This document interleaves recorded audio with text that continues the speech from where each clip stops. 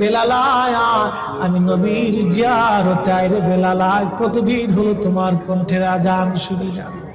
স্বপ্ন যখন নবীজি দেখাইছে, এ মুসলমান, হযরতে বেলাল সুদূর সিরিয়ার দামেস্ক থেকে পাগলের মতো দৌড়াইলেন, পাগলের মতো ছুটে আসলেন। যখন মদিনাতে আসলেন তখন তাহাজ্জুদের সময় চলতেছিল।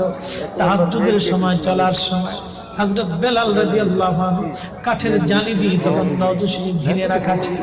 ওই জালির পাশে বসে বসে জালির সঙ্গে মাথা ঠেকাইয়া নবীর পাগল বসে বসে গুম গুম গুম গুম করে কাঁদে আর বলে, হুজুর আপনি আসতে বলেছিলেন, গোলাম এসে হাজির হয়েছে। নবী গো, আজান দিতে বলেছেন, আমি আজান দিলে আপনি আগে নামাজ আসতেন, এখন আজান দিলে কি নবী আপনি নামাজে আসবে? এখন আজান দিলে কি নামাজে আসবে?